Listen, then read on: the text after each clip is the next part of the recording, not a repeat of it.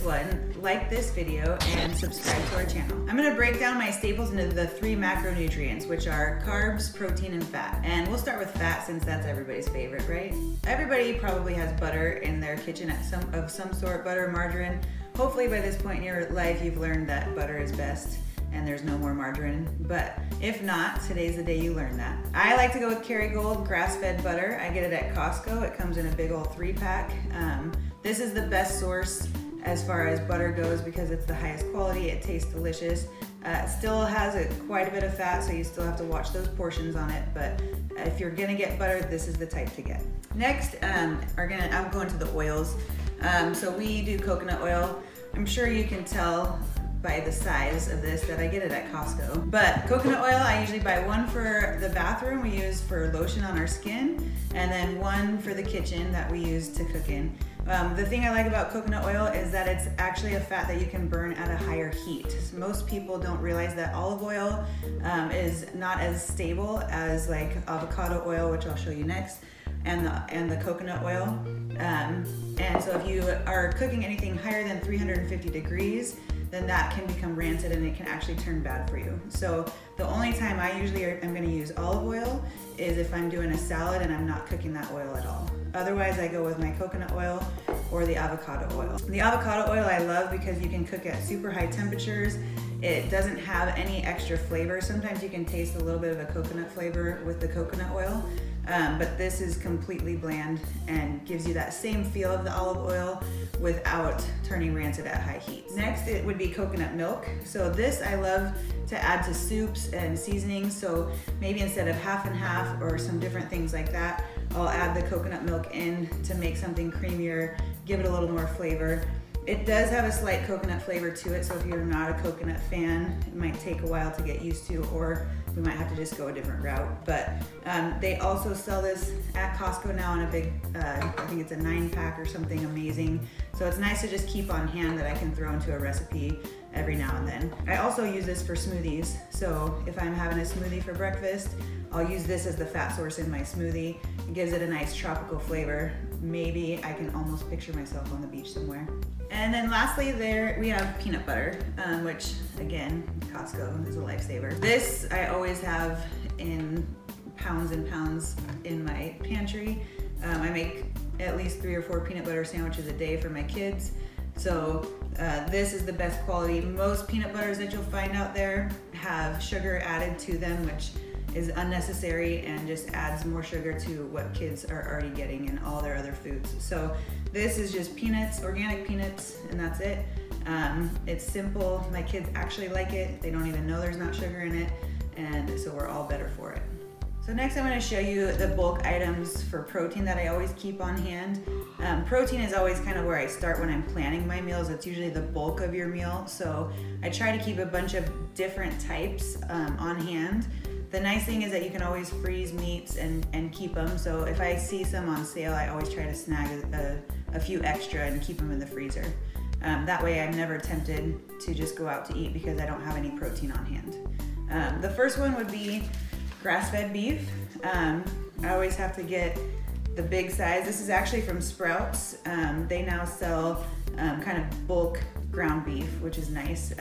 So they sell it 2.5 to 3 pounds at a time, which is usually about how much I make per meal. So this works out perfectly because I can just cook off this whole thing instead of having to buy 2 or 3 different individually packaged pounds. Then I also have to have some breakfast sausage on hand. Peterson's brand is my favorite because there's no added sugar. The tricky part about any cured meats, so like sausage, bacon, any of those, they generally have added sugar, so you have to look at that. I try to eliminate as much sugar in my diet as possible, so if I don't need it, I try not to have it there. I don't feel it's needed in my breakfast meats. So Peterson's brand, I get these at Sprouts as well. I also get my bacon there, so Pure Farmland also does a good job. They keep the sugar out as well. No nitrates, nitrites, which are, again, more chemicals added to food that we don't need. So I get both of these items at Sprouts as well. And then the last breakfast item that I get is just bulk pork. Sometimes I'll make these into patties, sometimes I'll make it into like a big scramble. I recently just made a recipe with sausage stuffed peppers, or I used this, which was delicious. Look for that recipe coming up soon. But I get this at Sprouts as well. And this is in the refrigerated section by all the other breakfast meats, but I'll usually buy 3 or 4 of them and freeze them so that I always have some on hand. Next, of course, the staple for most people is chicken. This is the organic chicken breast from Costco. They also have now organic chicken tenderloins, which are nice. Again, it comes in a big pack, so this is about 3.5 pounds. And this usually is, whenever I'm making a meal, I make 3 to 4 pounds, so it lasts me a couple of extra meals. I usually have chicken breast, the chicken tenderloins, and chicken thighs all on hand. That way I can always mix up my proteins. If I'm getting sick of chicken breast, I can always throw in some chicken thighs. Or if I'm trying to make maybe chicken nuggets for the kids, the tenderloins are a lot easier option. Next, we have our Mahi Mahi. Thank you, lovely assistant. I get this at Costco in the frozen section. I tend to go with their unseasoned versions of their fish just because I like to season it all different types of ways. Mahi Mahi is my personal favorite. Sometimes I'll mix it up with any other type. Whatever fish or seafood you like, generally it's a good idea. So most people don't get enough omega-3s in their life. The main key when you're looking for fish is that you look for wild caught. That is going to keep the chemicals and nasty stuff out of your food. Most farm fish has stuff in it that you don't even want to know about. And lastly, we have Eva's favorite. There it is. We've got our grass-fed beef sausages. So this is uncured Polish sausage, 100% grass-fed beef. I get this at Costco. We also have chicken sausage from Costco. Technical difficulties. It's hard to be 4. This is the organic sweet Italian chicken sausage. So both of these are awesome. I have tons on hand because anytime I'm in a bind and maybe didn't plan something for dinner or need something really quick, a quick protein to throw into a meal, these are handy because they can cook up in less than 10 minutes. Is that your favorite thing for dinner? Yeah. Yes. Next, we're going to talk about carbs and the staples that I keep in my pantry. So my lovely assistant Eva is going to help give with these carb options. Right, Eves? Mm-hmm. All right. First, tortilla chips. I am a chip and dip connoisseur, so these are the best. They are restaurant style. They're not organic, which is the only flaw, but they have minimal ingredients. I get these at Sprouts. They're generally on sale and they're delicious. So we keep those on hand for taco night.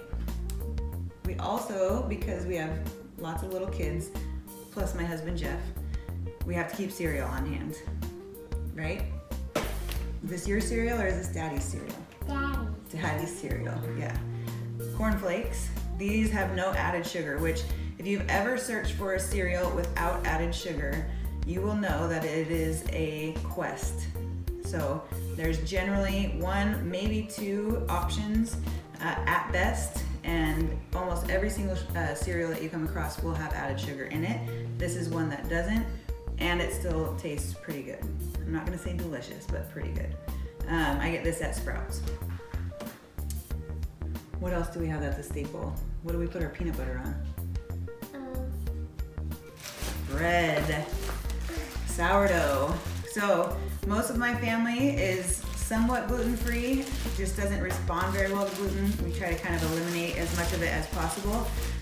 Sourdough bread has the least gluten amount besides gluten-free bread. So sometimes the gluten-free options are way more expensive, maybe don't taste as good, have a lot of extra ingredients in them. And so really I just found that the sourdough I like better, it tastes better, it's cheaper, has less ingredients. I can get it at Costco in this pack, and this brand is delicious. So, and my kids devour it. Pancakes are next. Costco just recently started selling this, which has been amazing. They also do the Kodiak cakes, which I like as well, but they do have some gluten and some sugar in them. These don't have either. So depending on what you're going for, the Kodiak cakes have a little bit more protein than these paleo pancakes, but this mix is delicious.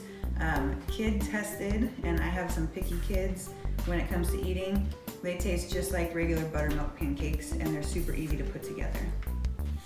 Another staple I keep on hand is flour.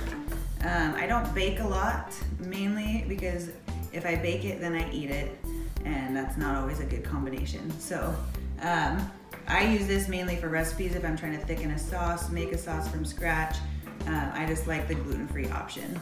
This I got at Sprouts. It's the most similar where it matches up. Some gluten-free flours, you have to use a little bit less than what the normal recipe would call for, otherwise it doesn't bake the same or they can turn super dense.